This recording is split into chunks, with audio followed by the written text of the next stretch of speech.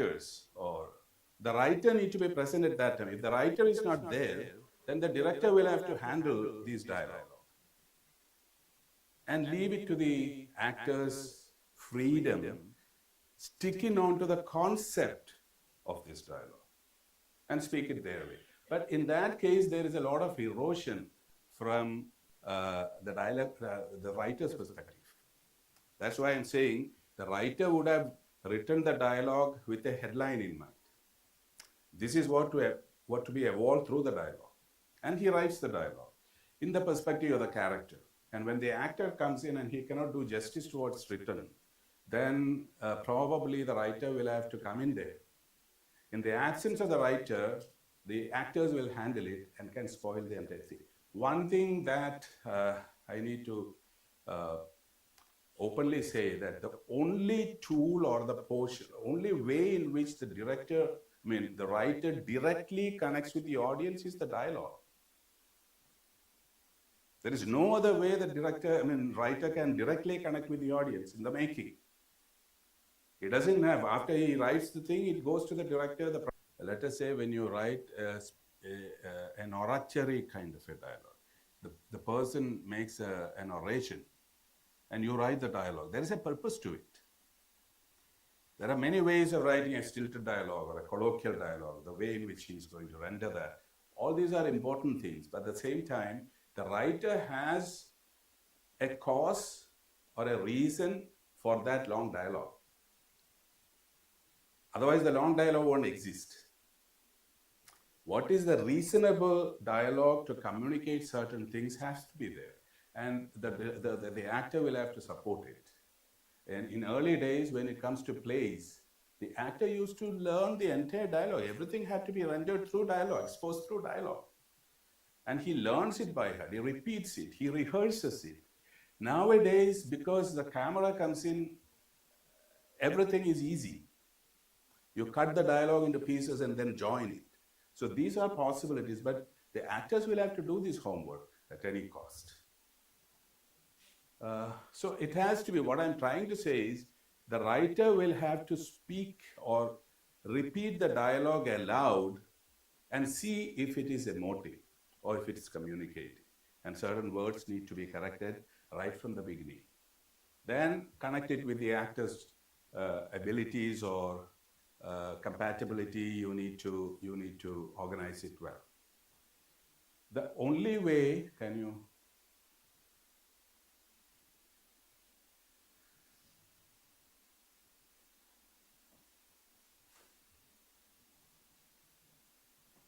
Yeah. The only way to know if your dialogue works is to read it aloud, or better yet, have it read to you. So if somebody reads it to you and you hear the dialogue, you will have a better choice of correction, how it stands. Probably at some point of time, we used to do an exercise when we take 3 assistant directors and make them read out the scene with 3 characters. And they read it aloud. And you are just hearing it. So then you get a better assessment, oh, this is not working and this is not the right thing. This is how it goes. Then the next slide is, now with these pointers, you write the first. So far, right from the beginning, yesterday we were talking about the beats, the scenes, the sequences, and then the format, and then you start writing the first draft. The first draft is the beginning of your journey. So far, you were actually pondering within yourself what's the best thing, how the structure is, how is the scene working out. You don't know it unless you write it. And once you write it, your thought process, you know that your thought process will be overlapped with so many other things. But still, you write the first half. Whatever best comes to you, you write the first half, first draft, and then is the beginning of your writer's journey, and it will definitely need rewriting and revisions. So I would say after having your first draft done, you should expect a minimum of 15 rewrites. Minimum. And these rewrites will take time. So how to go about the rewrites? you should either read it aloud, or you should be present. Somebody will read it aloud to a group and you hear it out, and then the group will give some feedbacks.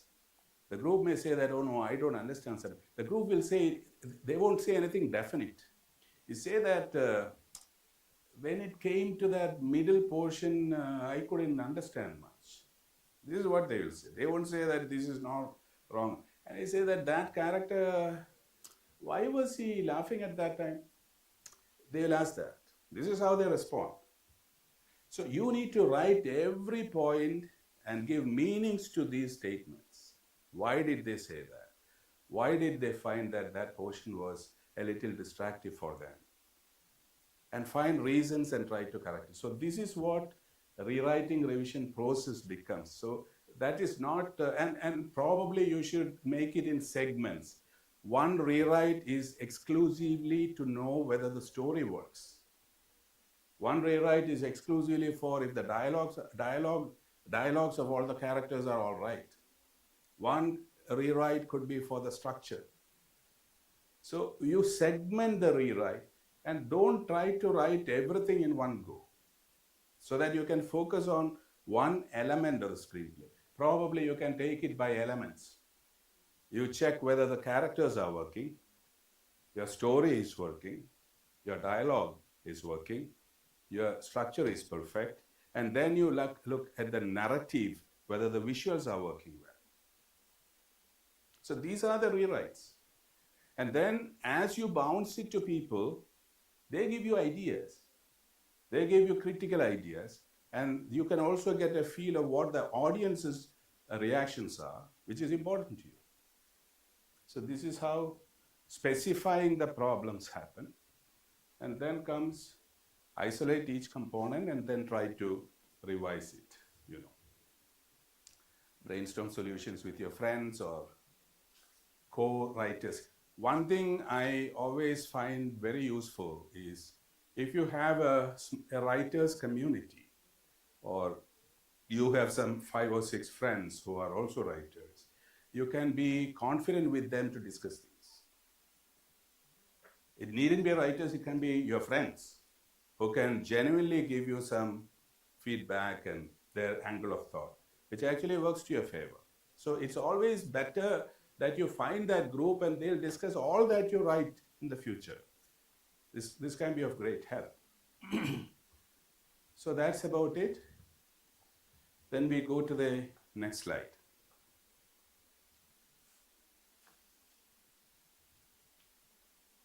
So I want to tell you that when most of the people, young novice writers, think the moment the first draft is over, they think that their work is over. That is where it starts. That's where it starts. You expect another 3 months of that journey for rewrites. You cannot rewrite, you cannot expect the rewrite to work. Okay, I'll rewrite this and the next day I'll rewrite that. It doesn't work. I am just giving you for, yesterday she was asking, someday you were asking for the documentary script. So this is I just wanted to let you know, this is the format of a documentary script. This is a dramatic documentary format, the double column format, and the single, this is like any other script. Major Nath talks about counterattack, and Major Nath to the recruits. So the recruits are there, their reactions are there. This is again a kind of an oratory. So these are all documentary, usual documentary, dramatic documentary format, and goes up. And this is the audio video, the two column format. So there is a narrator who speaks. In the audio column, you have the narrator's dialogue, or whatever the narrator narrates, and also the extra sound. That also is pictured. So Tony carrying glass to the table, which has a sound. If that sound is important, you write it because it's part of the audio.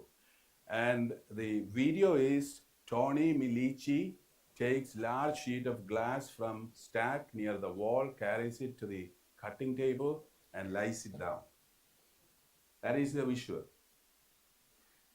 With this visual 19, this actually is this much of audio need to be definite. And see that when the narrator finishes talking with the sound, the Tony's actions are over. So this is how you time it. So this is how usually the 2-column documentary works. That's it. We'll go to the, yeah.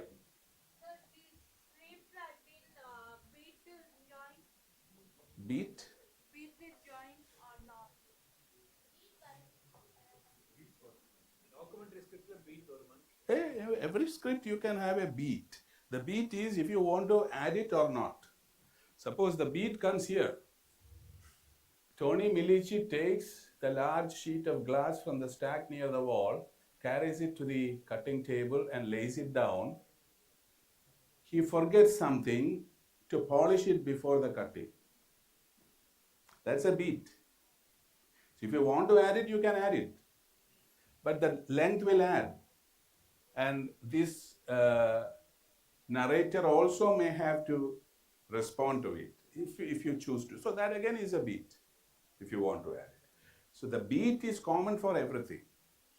It is some kind of a unit which you need to retain, delete or add. You understood what I said? Thank you. Then this is the usual format of the screenplay.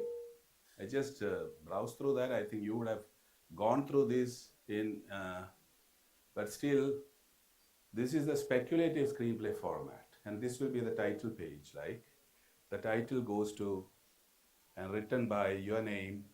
This is the writer's name, and this can be your agent or someone or a production manager or someone like that, and your email, phone, etc.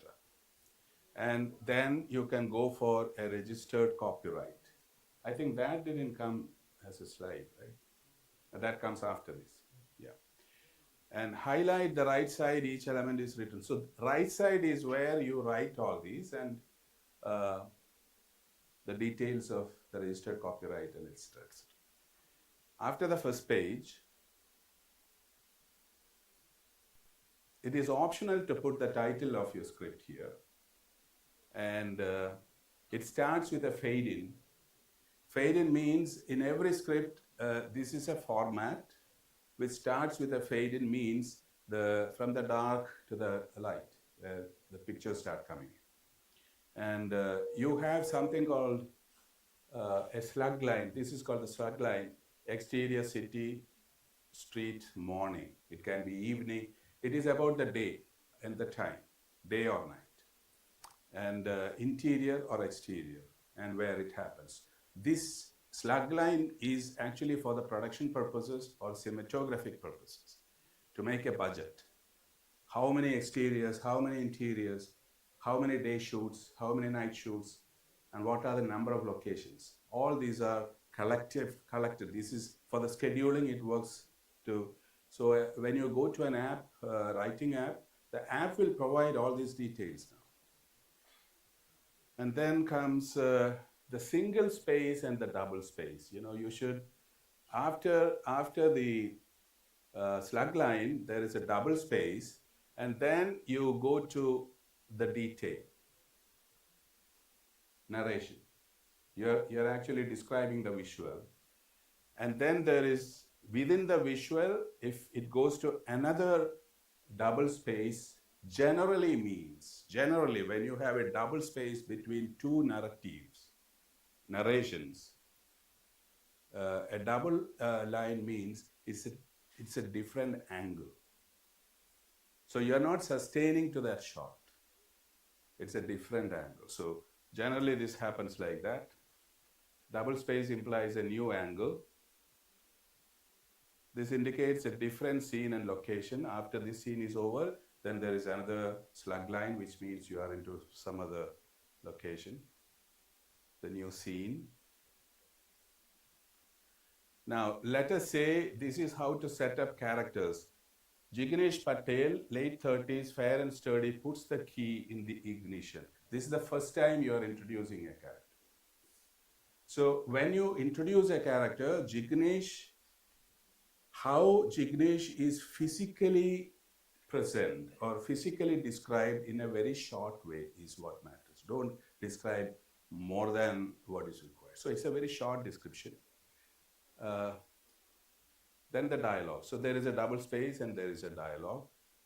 Uh, this is called the parenthetical. Sushila in mock disgust. In parenthetical, you don't use an upper cap. And that actually is an indicative for the actors, or for, if it's an accented thing, it is for the actor to speak and emote. Then we'll go up. See, the thing is, in most of the cases, you don't write the camera angles. Very rarely, very selectively use camera angles in a speculative script, because this will alter the focus of the reader towards that jargon. The purpose of a speculative script is to communicate the emotional worth of what you have written. It is only to hook a producer's interest. So that's it. Now, there is something called off-screen, which is called OS. We can use another technique to keep dialogue alive. And suppose if a character's sound is coming and the character is not present in the scene, you write an off-screen. So some other character in another room is responding. The character is not there in the shot. It's called off-screen.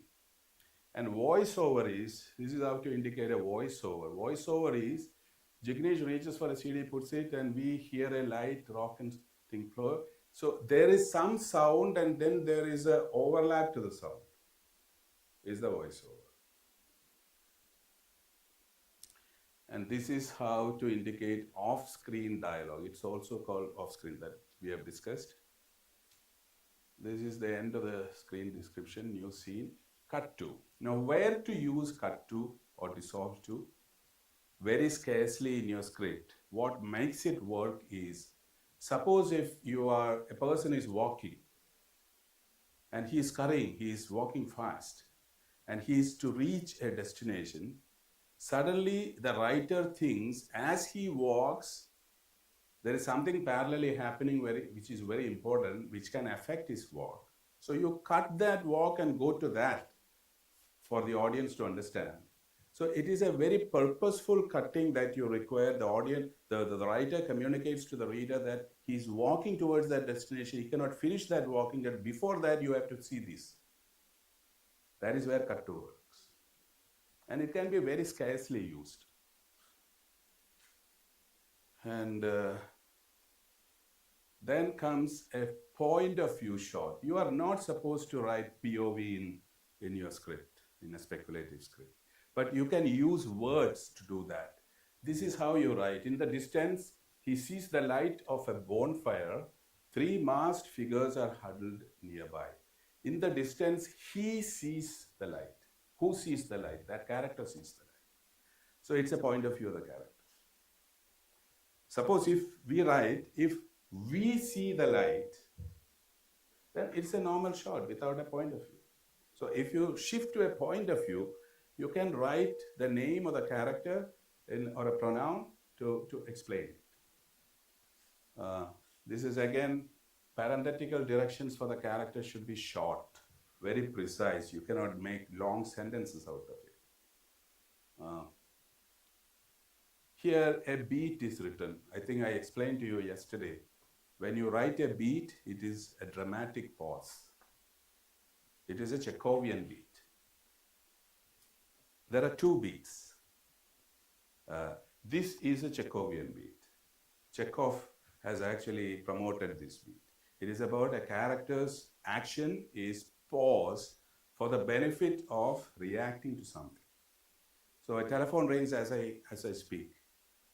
Suddenly a telephone rings as I speak. I cannot just, I won't just look immediately to that telephone. I'll just hear that telephone and slowly look into it, what is happening. So that pause is called Chekhovian pause, a beat. Um,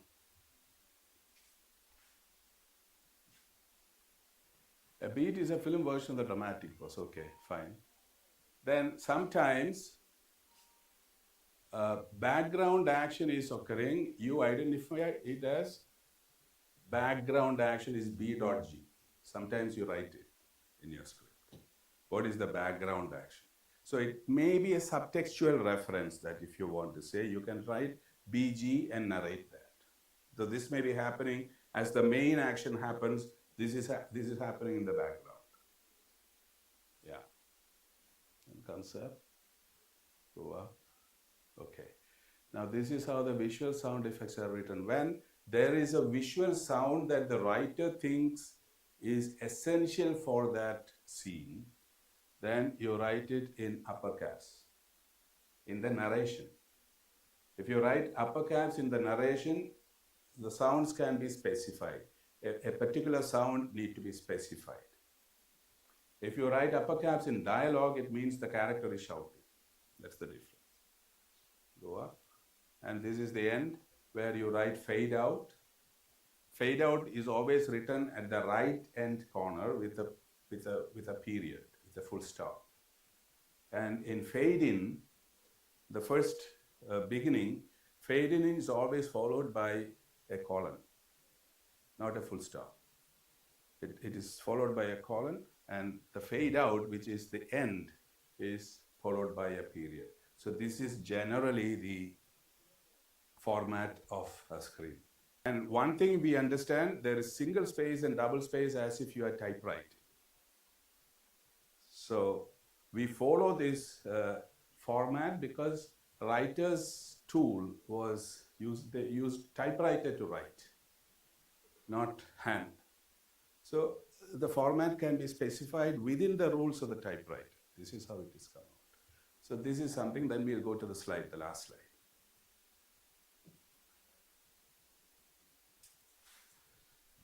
Yeah.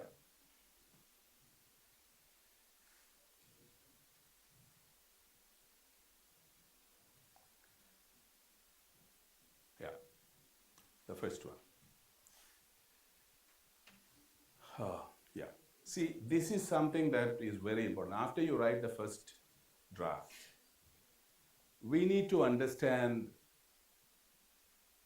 somebody is going to read your script.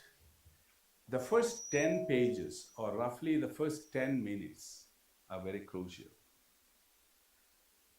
Sometimes the reader may not like what you have written the first 10 pages, then he won't read it, he or she won't read it your script, full script. So you need to draw the first 10 minutes to any audience or the reader. So that's a very crucial thing that happens. Roughly the first 10 minutes must be what they need to be, or you have difficulty selling your screenplay. They won't read it fully. Your purpose, and please understand, you write your screenplay with 6 months of efforts. Then you send it to a production house. The first person who reads it could be a girl or a boy who is there to read scripts and give reports to the producer or the manager of the producer, not even the producer. So the girl's job is, she gets money for reading, but she wants to finish her job and finish with something. This could be the attitude. Nobody wants to read your script. So if you are trying to impress a person like that, with the first 10 pages, you need to write those first 10 pages really good to give her the attention to read it further. Your script may be excellent, but somebody will have to read it first. Don't expect anyone to read your script like that, because they won't read. So this is something that is the next point. The world, the protagonist, the antagonist, the tone, the theme, the stakes, and the nature of the conflict all must be there within the first 10 pages. The first 10 pages should give a hope and scope and fear about that script and characters.